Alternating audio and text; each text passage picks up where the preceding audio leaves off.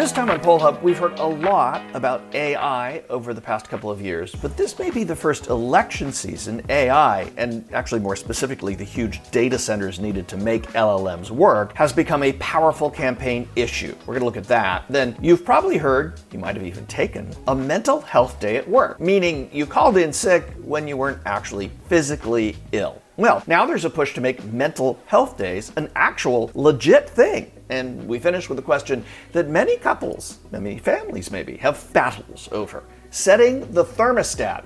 What do you think? We're the electric company around here?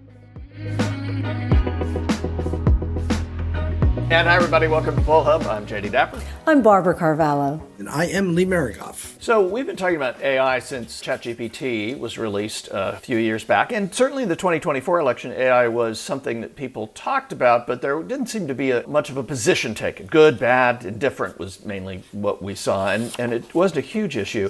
We are seeing indications from polling and from focus groups with voters that we are seeing from others that are doing that data centers, the big giant data centers that are being built to support these LLMs, OpenAI's, Anthropic's, they run Claude, are becoming a very big political issue. And the interesting thing about this is it seems to be, if not bipartisan, nonpartisan. It depends on, where you are and where the data center is. There does seem to be some geographic connection. If somebody's building a data center near you, there seems to be a lot of opposition despite your political leanings. And people who aren't near data centers, there are some geographic suggestions that there's not as much concern about that. But it is clearly becoming an issue this fall in these 2026 elections. Let me give you some data and then let's talk about this. New data. There's a lot of new polling on this because this is a new thing. So Gallup in May of this year asked about the construction of these AI data centers in local areas. Most Americans do not want an AI data center built near them where they live. 48% strongly opposed, 23% somewhat opposed, and then 20% somewhat favor, and only 7% are strongly in favor. The opposition, again, we talked about this with the partisanship. 56% of Democrats strongly opposed, 48% of independents strongly opposed, and 39% of Republicans strongly opposed. So there is a difference there, but when you add up the strongly opposed and somewhat opposed, the numbers are very similar across these three groups. Arguments against it are they take a lot of water, they take a lot of energy in an electric grid that is already kind of maxed out, and therefore a lot of electricity prices are rising where there are data centers. But some people do see the economic benefits. Among Americans who support data centers in this Gallup poll, the biggest reason they support it is jobs, economic benefits. 66% say local economic benefits, 55% mention job creation. So that is the leading cause for it. The reason people say they don't want them, and this is according to a Pew poll from this year, 39% say data centers are mostly bad for the environment. 38% say data centers are mostly bad for home energy costs. 30% believe data centers negatively affect nearby communities. Now, those all seem like small numbers, but there's a huge number in here that are non-committal, right? They didn't have an opinion. The people who support mostly good are 4%, 6%, very small numbers. So the data centers have to be built to support LLMs.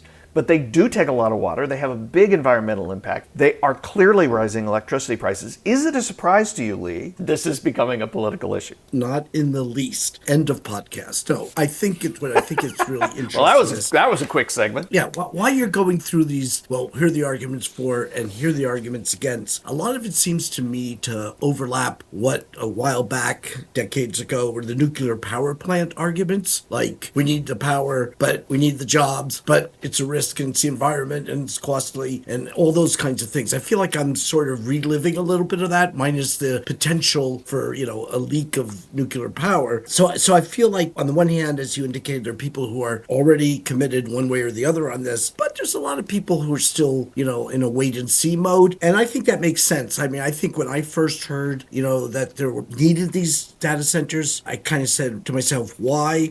And then when I saw that they were people advocating and people opposing, I kind of said, well, that makes kind of sense. But where would I fall on this immediately if I had to make a choice today.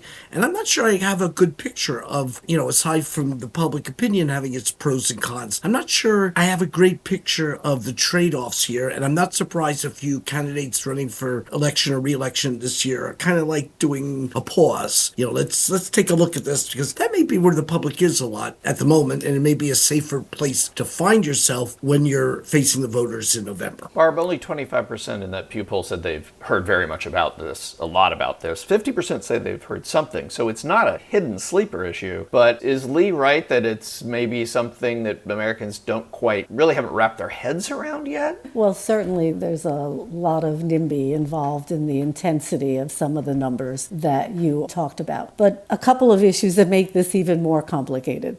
So what are the benefits of AI? I think that is still very amorphous for most Americans. And I think there is a very complicated issue where it's a very powerful technology, which seems to be transitioning a lot of how business does business in a variety of sectors. There's a question about, does this even really create jobs? I think one of the big issues with data centers is they consume an enormous amount of local resources, but it's actually a national benefit. It's not really a local benefit. It's going to be something that talks about, U.S. competitiveness and corporate competitiveness. So the benefits aren't necessarily seen at the local level, and the benefits that are seen are minimal and certainly don't match the resources that are being consumed. The other thing is we don't understand, I think at this point, that, to what degree will other technologies advance? And when I think about, we haven't really, as a country, invested in infrastructure, whether that's our electric grid or whether that's new technologies to replace the resources that we currently use. In fact, in the last few years, we've seen kind of a step back away from new technologies and into use of more fossil fuels for a variety of different sectors. So there is also the kind of burgeoning, innovation that is occurring in the whole area of energy and how these things are going to run. So, in New York, our governor here has put a pause on data centers, which means let's reflect and think. But on the other hand, the criticism of that is, well, China isn't pausing and thinking. China is moving forward. China is nationally subsidizing. China is investing significantly. And I think in the U.S., where we have a much more decentralized and obviously democratic, structure of government and decision making, does that impact, our competitiveness going forward? So the data center issue is very, very complicated. It's about our whole economic future. And I don't mean that we need data centers in order to have that economic future, but I do mean that it is wrapped around all of the innovations that we are seeing and the disruptions that we're seeing in many industries. So it's a very, very real problem. And for local communities, I think the concerns are very, very real. There is a limited number of resources. We haven't put dollars into infrastructure. I think data centers and the need that AI is putting on communities and the country as a whole really requires a more thoughtful analysis and understanding and also plan for moving forward. As part of the problem is because AI has come on the scene so quickly and so, with huge impact, and it's sort of the chatter everywhere now. Maybe it's impact and not impact. In other words, it's still very amorphous. Many people have lost their jobs because companies felt that they could replace those individuals with technology. Obviously, they're realizing that the human in the loop, as the AI folks call it, is much more relevant than many companies imagine. So it's a very significant transition, Lee, as you mentioned, and one that we're living through rather than planning through. Lee, I thought your comparison to nuclear power is actually really interesting because that gets at this NIMBY versus national priorities. And then Barb said we probably need to take a more thoughtful kind of pull back look at this. Are we capable of that anymore in this country? And I'm not being facetious. Are we actually capable of doing that? Of looking at the big picture and having a national policy like the Work Progress Administration or the rural electrification, I know that was 100 years ago, but we've done big things. But it's been a long time since we've been able to say, as a country, look, people in local areas are going to have to pay a little bit of a price for the greater good. Do we even have that capacity anymore?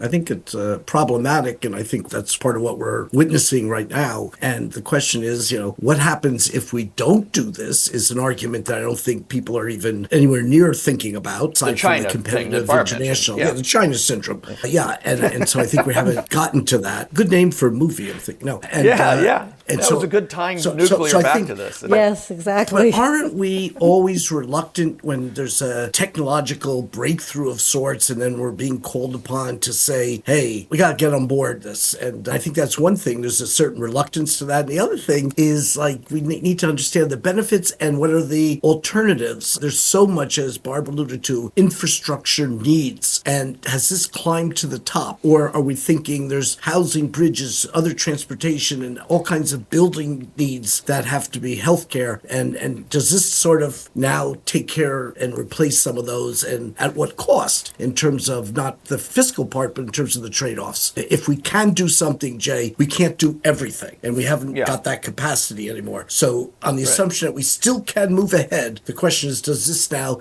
get the number one ticket? And I don't know if it does right now for the public opinion, although I suspect we're moving in that direction whether people like it or not. I just do want to say before we go into the next segment that this could solve itself. There is a lot in the financial world, in the business world, there is a lot of talk about how the data centers are wildly overbuilt, that we're actually building, or that hyperscalers are building way more than can ever be used, and they're actually not getting built that quickly. So it is possible this could sort itself out, maybe not in a way that it could be very painful financially to a lot of Americans if this is really as big a bubble as some people think it is. But I would be remiss in not noting that when we're talking about data centers, that there is a big group of people in the financial world who think that perhaps this is a bubble and that these are being built on spec, and there may not be a reason to be building them. So we shall see. Stress, anxiety, depression. Ever use any of those words when thinking about your work? Well, oh no. No, I love my work here at the Marist Poll. I never thought of this. And I never have at the Marist Poll either. But research does show a growing recognition that mental health deserves the same attention as physical health in the workplace. I wonder how many folks have taken a sick day, for instance, when they really just couldn't face either the workload or the stress of the workplace. In fact, it is quite widespread. And when we look at generationally, I think we see quite a significant difference. And I don't know if this is just a cultural difference in age and generational acceptance of workloads and stress at work, but younger workers are the most likely to report feeling stressed because of their jobs. 37% of workers age 18 to 34 say they feel stressed often or always, compared to 30% of workers in the millennial generation, 35 to 49, and 27% of workers age 50 and older. And I know that there are some arguments that there are very different expectations generationally as what work should mean to individuals, and the fact that younger generations want that balance. They want a balance that perhaps was not appreciated, or at least a balance that was not as important to an older generation. What are some of the contributors to workplace stress? Workload, pay and compensation, and then other organizational factors, the stress that you have communicating or not communicating with colleagues, and deadlines, trying to get ahead in your workplace that cause a significant amount of stress. Interestingly, and I just want to add this data as well, younger employees are the most willing to make career trade-offs for better well-being. 37% of workers ages 18 to 34 say they would accept a pay cut for greater job fulfillment, compared with 31% of workers ages 35 to 49 and only 21% of workers age 50 plus. Now, I don't know if that's mindset or whether that's debt. I think there is certainly a movement culturally to find that work-life balance. I know that there is much more emphasis on making sure that the job that they take is fulfilling in other ways than just getting a paycheck and helping ends meet.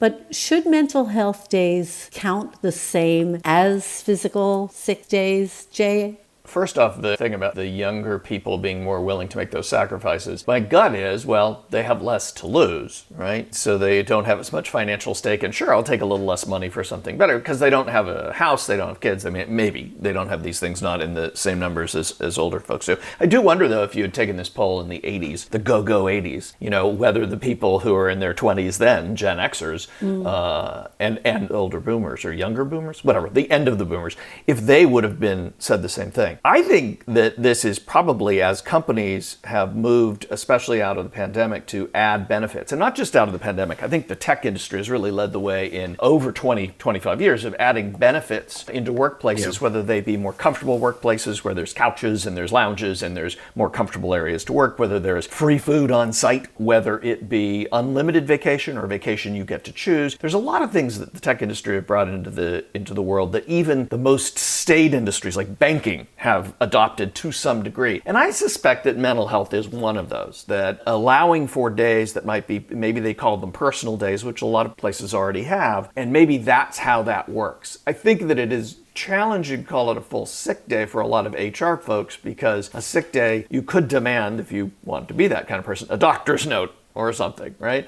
And a mental health day is, I think, a little trickier. So I'm not sure if the name sticks, but I have a feeling that this is something, it may have already happened in a lot of workplaces. It certainly does de facto, if not de jure, people take these mental health days as we suggested. Also understand a lot of workplace stress is also created by the nature of the business, in a sense. We talked in the previous segment about this transition with AI, and in many places, people are working with a lot fewer people around them. Workloads have increased. Expectations have also increased. This is what I wanted to ask you, Lee. Do you think really organizations should focus more on preventing workplace stress or expanding mental health benefits?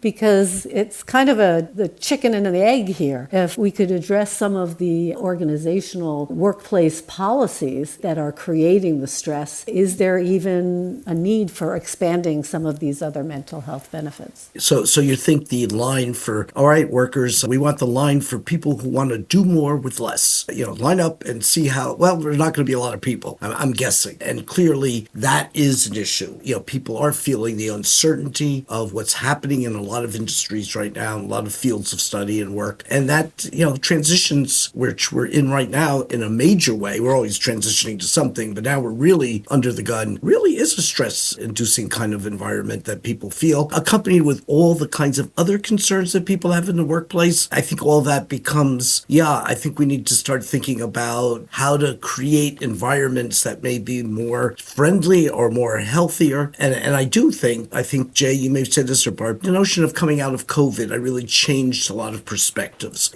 People sort of went in one of two different ways. I really got to go to the gun, really double down, because you can lose a lot very quickly, or what difference does it really make, because you can lose a lot really quickly, and therefore I need to think about the life aspects of my existence. And I think that also plays into the generational side of things. You were in high school or in college during COVID. Now you're in the workforce. Presumably, maybe you saw what older generations did, and maybe you don't want to go down that road because you see that there were costs both from physical health but also a mental health standpoint. And I think to your earlier point, I think with physical health, needing a doctor's note, you can measure illness. I have the flu. I have 102 fever. I have strep throat. As opposed to, I woke up this morning, I didn't really sleep last night, I'm really tossing and turning, I'm really feeling unusually stressful today, I'm going to take the day off. Well, that's a harder sell, particularly if you are in an important position or needed to do something and now you're sort of backing off the commitment. So I think that that's part of it as well. So there's a lot of aspects to this. Work satisfaction, lifestyle, all play into it in a big way, I think. Now, Jay, you did mention that a number of sectors have responded, particularly the tech sector, where the expectations are 70 and 80-hour work weeks, have responded to retain employees, and I think have also raised expectations. Are the policies really dependent upon the number of employees available for those jobs? I mean, right now we're seeing, in a number of industries, the jobs outnumber the number of qualified employees. And is it just kind of of a market force where if industries need to be competitive, that they will acquiesce to some of these other benefits. But it's not really necessarily a move towards recognizing these issues. I mean, that's certainly happened out of the pandemic. The banking industry, again, the most conservative and one that, hires a lot of people and has a lot of stress, but they got back to 5 days a week and a bunch of other things more quickly than other industries have. So I think as the labor market changes at any given time, if employers have more power, they have a bigger pool of employees, I think there's less pressure on them to provide benefits. I do note, though, that in the data that was collected for this segment, that a lot of workers in this 2023 survey, 58% of American workers said that paid mental health days above and beyond regular sick leave would best support their mental health, and that they want that. They want, mental health as part of their package. I will also add that the standard package in most companies now of medical benefits includes mental health, but it's mental health in terms of psychotherapy or things like that, which I think is different than what we're talking about. I think most companies with reasonably good health packages, healthcare, insurance, have mental health coverage in there. That's what this data is saying. I think that's different than a mental health day being, I need a break. Today, I just can't come in. I need to take a hike. I need to go do my shopping. I need to do my laundry. I think those are two different things, and I'm not sure that we can conflate them. And I don't know how you kind of codify a mental health day for the same reasons that Lee mentioned, about what's your note for that? What's the doctor's note? He didn't feel like working today. He just wanted to go take a hike. I think that's the hard part because companies run on codes and processes and procedures, and this one is really hard to codify.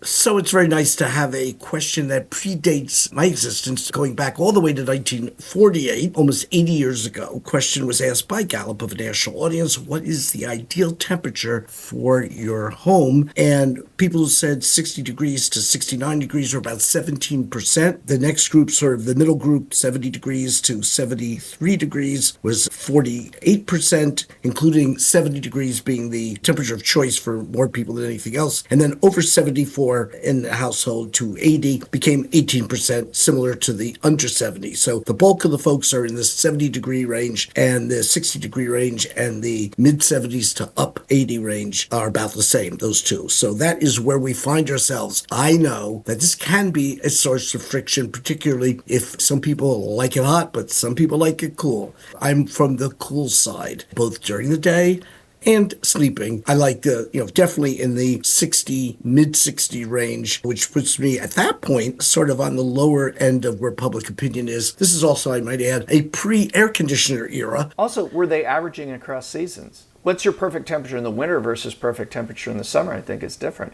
If you're averaging across seasons without air conditioning, I mean, that's different, right? Yeah. So, Jay, I don't actually know the answer to this because in the office we sort of have it what it is. And are you a person who according to most of the people who work there, and not much control over it. The control, I think, is the issue. But Jay, what's your ideal temperature? Right. So I'm with you. Sleep it cold at night, but I don't really like air conditioning. Fortunately, where we live in the Hudson Valley and where I live up in the mountains of the Hudson Valley, we're 1,000 feet, whatever. There are very few times we don't have air conditioning, and so there's very few nights that we would need air conditioning. But in the city, we had to have air conditioning at night. I'm a cool night sleeper. I don't like it particularly cold during the day, but I do think air conditioning changes all of this. I think this question, you couldn't actually ask it now in the same way without lots of qualifiers. Hang on a second. I still think it causes a lot of arguments in the household.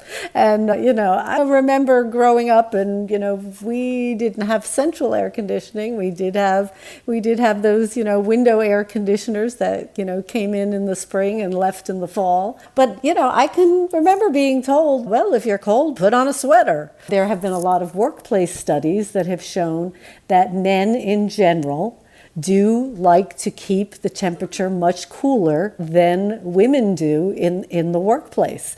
And I don't know whether that's a reflection of just physical gender differences or the way we also tend to dress very differently throughout the seasons. But there are gender differences in terms of preference. Now, my preference, I actually have an outside temperature that I do like a lot.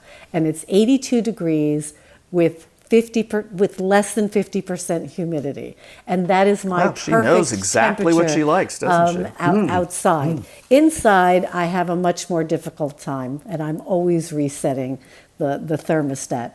Thankfully, I do have control of those in my home, although every now and then I do jokingly say that, my landlord, which technically is myself because I own my home, is really cheap and will not increase the heat in the house, so I'd still do put on a sweater. Cassidy, are you from the cold or hot side of the world? I need to sleep in the cold. I don't have a big preference for during the day, but I am a big supporter of put a blanket on or put a sweatshirt on. If you're cold, especially in communal housing like college, it makes me so upset when people raise that temperature. And it's like, well, now I'm hot, and what am I supposed to do about that? Yeah, you If can't you're do that. cold, Can't do that. put something else on. Yeah, you can't do But anything I about do that. have a funny story. Chris came into college like normal people, like, 68, around that. And his roommate needed to sleep with the window open. And it was absolutely freezing. So now Chris loves like 65. And it's physically uncomfortable for anybody living with Put him. a blanket on. Like if I go over Put a his sweater house, on. Put a sweatshirt on. I'm following your advice, Cassidy. Here's where the conflict rears its ugly head again. So you're in a car and you're driving, and some like it hot and some like it cool. So if you typically, as a driver, if you're a generous, kind-hearted person like I am, you say things like, is everybody comfortable in the car? Or is everybody comfortable? And typically I find that everybody is too cold and I'm not. But you call it to a vote, and depending on how the votes come, you either turn it up or turn it down. So, we have to take that into consideration. I also remember that you talked about urban versus rural, Jay, and I remember when I was visiting my grandparents in Brooklyn in a pre-air conditioner, they didn't have it. There was air conditioning. But I was told, go into the small bedroom. There's always a breeze in the small bedroom. This was during the summer, obviously. Never did find that breeze in the small bedroom. I mean, the window could get open a little bit, and it was still air as could be. But then again, that may have had to do with cost, as my grandfather used to march around turning off lights and saying, who pays the rent here? Who pays, so I think that may have been having to do with it. But I agree with all you guys. This is a source of, creature comfort is a source of controversy in existence. And you probably, when you pick your friends, you probably should ask things like, not just what your politics is, but do you like it hot? Do you like it cold? Because you're going to be spending a lot of time with them. But anyway, I don't know what that means, but we'll have to figure it out between now and next week. Have a great week, folks. Stay cool or warm, depending on which you prefer. Anyway, have a great week. That'll do it for Poll Hub this week. Poll Hub is produced by the Marist Poll at Marist University in Poughkeepsie, New York. Mary Griffith is our executive producer. Casey Schaff is our production supervisor. The Poll Hub team includes AJ Gambino, Tommy Rogers, Cassie Connors, and Molly Goodger. If you enjoy Poll Hub, consider telling a friend about us. If you'd like to learn more about polling and survey science, check out the Marist Poll Academy, our free online learning portal accessible from our website. Remember, you can always tell your smart speaker to play Poll Hub, and with any luck, it'll cooperate. Finally, wherever you listen to Poll Hub, there is a subscribe button. Click it, and the latest episode will be ready for you in your podcasting app as soon as it's released. We'll see you next time.